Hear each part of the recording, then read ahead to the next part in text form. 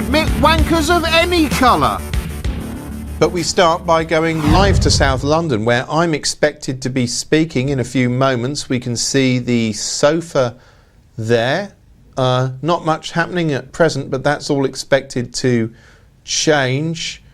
Me is currently positioned outside. Me, what's the latest on this?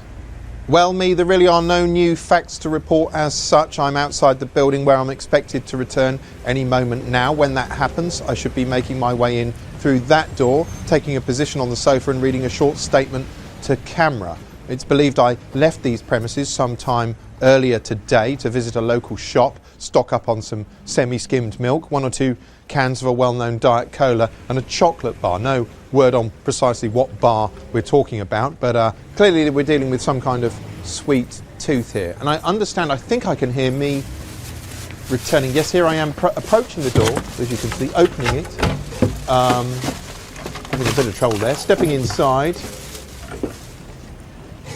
And that's Me now inside the building. We'll just pass over again live to the live. No, I seem to be heading off for a piss. Me, is there anything you can tell me about the sofa we're seeing now? Well, the sofa, I mean, it's quite familiar to some of your viewers. It's got a kind of burgundy hue.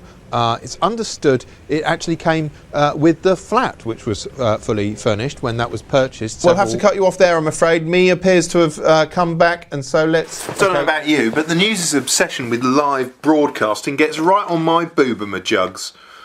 Bloody progress is to blame. It's made it possible for the news to broadcast live from anywhere in the world, usually for no good reason. David Cameron is going to make a speech in this academy in South London. Sometimes it excitedly cuts live to a location where someone's about to make a statement, albeit not quite yet. Sometimes it shows you eerie, unpopulated chambers or rooms full of people ambiently milling around, which make you start to feel like a ghost if you stare for too long. Sometimes it cuts from one load of boring live nothing to another load of boring live nothing, just to keep you up to date with all the boring live nothing in the world.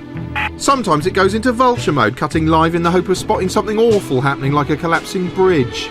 It's not obvious, of course, looking at it, but it is in a very dangerous state and could collapse at any time, although having said that, we've been saying that for a while. And when it comes to rubbernecking, sometimes the news just doesn't know when to stop. For instance, last week, Sky's obsession with on-the-spot tragedy saw it broadcasting live footage of Alexander McQueen's body being taken into a waiting ambulance, images we've chosen to censor. We just want to pause for a moment as we look at the pictures of Alexander McQueen's body being removed from his flat. We'll pause for a moment.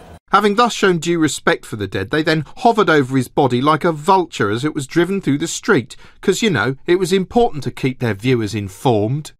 When an actual reporter bothers to show up, they're often standing somewhere which shut up shop hours ago, or they're too far from a computer to be much use. Everybody, of course, pouring through this report right now. We are able to do that and you're not. So let me just give you some headlines that we're getting. Often they patronise you by standing near something vaguely linked to the story, which is why a correspondent doing the Toyota report has to lurk outside a garage with the logo in the background in the middle of the night. But apart from making their job harder, it also makes them just look like losers. Look at these transient outsider nomads literally conducting meaningless lives. There's just no dignity to it. It turns being a journalist into the physical equivalent of standing on a busy high street advertising a golf sale. I mean, why in dog's dick should we trust the analysis of someone who doesn't have the wherewithal to head indoors when it rains? Sometimes I wouldn't be surprised if they suddenly cut to someone standing in outer Mongolia. And we can now go live to Peter there in Mongolia. Peter, have you felt cold like this before? Worst of all, when rubbish weather itself becomes the story, reporters feel some psychotic urge to remain standing outside, broadcasting their dramatic images way beyond the point where any sane person would get the flipping sherbet out of there. Jeez! Michelle, we're gonna go to a break and let you try to maybe walk a little bit closer to the camera. And quite apart from any of those issues, can you imagine the carbon footprint this leaves behind? Consider the fuel burnt getting there, the lighting, the hot air pumped into the atmosphere by their stupid mouths. Sometimes I think the news might be single-handedly trying to bring about an environmental catastrophe, which it will then report on. Mind you, on the bright side, if the sea levels do rise, at least there'll be fewer patches of land for them to stand around on blabbing down the lens. And now we head back live to the studio. Well, now it's time for our new Have Your Say section, in which